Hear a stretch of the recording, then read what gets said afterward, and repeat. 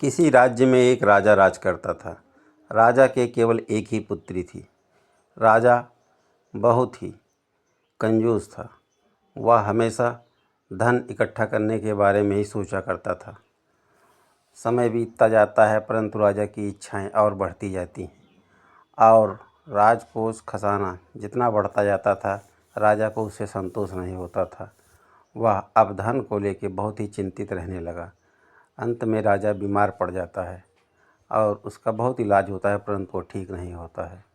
राजा भगवान शिव का बहुत ही बड़ा भक्त था। अब वह बिस्तर पे ही पड़े पड़े भगवान शिव का ध्यान करता है और धन के बारे में सोचता था। दो ही काम उसके पास थे। एक दिन भगवान शिव सोचते हैं कि लगता है राजा कि कोई पुत्र नहीं है, इसीलिए यह बीमार पड़ गया है। इसी चिंता में भगवान शिव राजा के पास जाने का निश्चय करते हैं और राजा को दर्शन दे के कहते हैं, राजन बताओ तुम्हें क्या चिंता है, मैं तुम्हें वरदान दे के सभी चिंताओं से मुक्त कर देता हूँ। राजा भगवान शिव को देखता है और उनके चरणों में लेट जाता है। कहता है, हे प्रभु, मुझे एक ही वरदान दें कि मैं जिस भी वस्तु को अपने हाथों से छूऊं वह सोने की हो जाए। भगवान शिव यह बात सुन के बड़े अचंभित होते हैं और सोचते हैं कि मैंने क्या सोचा था, परंतु राजा को क्या चाहिए। वह राजा को तथास्तु कहते हैं और वहाँ से चले जाते हैं। अब राजा को भगवान शिव का वरदान मिल चुका था। राजा बड़ी प्रसन्नता के साथ उठता है और अपने महल में लगे हुए खंभे को छूता है और खंभा तुरंत सोने का हो जाता है। राजा यह देख के बहुत ही प्रसन्न होता है। अब राजा जिस भी चीज़ को अपने हाथ से छूता वह सोने की हो जाती। राजा की प्रसन्नता का कोई ठिकाना नहीं था। राजा अब बहुत खुश था। उसको लगने लगा कि वो इस संसार में उससे ज़्यादा धनवान अब कोई नहीं है।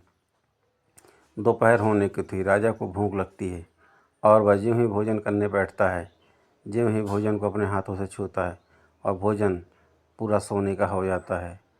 राजा को यह देख के बड़ा ही आश्चर्य होता है कि अरे, यदि भोजन भी सोने का हो गया तो मैं खाऊंगा क्या। अब राजा पानी का गिलास हाथ में उठाता है। पूरा गिलास पानी के सहित सोने का हो जाता है। राजा को बड़ी चिंता होती है। राजा कुछ देर सोचता है, फिर उसको एक तरकीब सूझती है और वह अपने नौकरों को बुलाता है। कहता है, भोजन उठा के अपने हाथ से मेरे मुंह में डालो। इस प्रकार राजा भोजन तो कर लेता है। अब वह बहुत खुश होता है।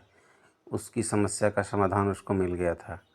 राजा यह सोच के अपनी रानी के पास जाता है। रानी जी ही उसके पास आती है।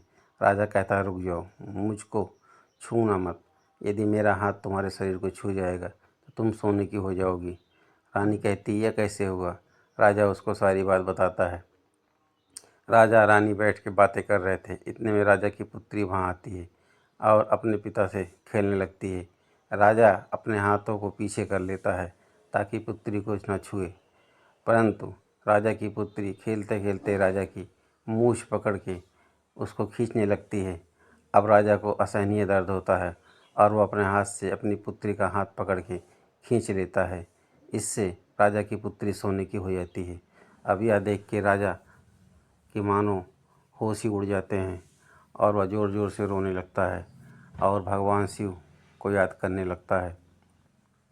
राजा रानी दोनों ही रोने लगते हैं। राजा जाके भगवान शिव के मंदिर में ज़ोर ज़ोर से रोने लगता है और अपनी गलती के लिए माफ़ी मांगने लगता है। भगवान शिव पुनः आते हैं। कहते हैं, राजन क्या बात है, अब तुम क्यों रो रहे हो। इस पे राजा कहते हैं, हे महादेव, मुझसे गलती हो गई, बहुत बड़ा अपराध हो गया, मुझे क्षमा करें और मुझे जैसे मैं पहले था वैसे ही बना दें, अपना आशीर्वाद वापस ले लें। इस पे भगवान शिव मुस्कुराते हैं और कहते हैं, तथास्तु। यह कह के भगवान शिव वहाँ से अंतर्ध्यान हो जाते हैं। अब राजा प्रसन्नतापूर्वक रहने लगता है।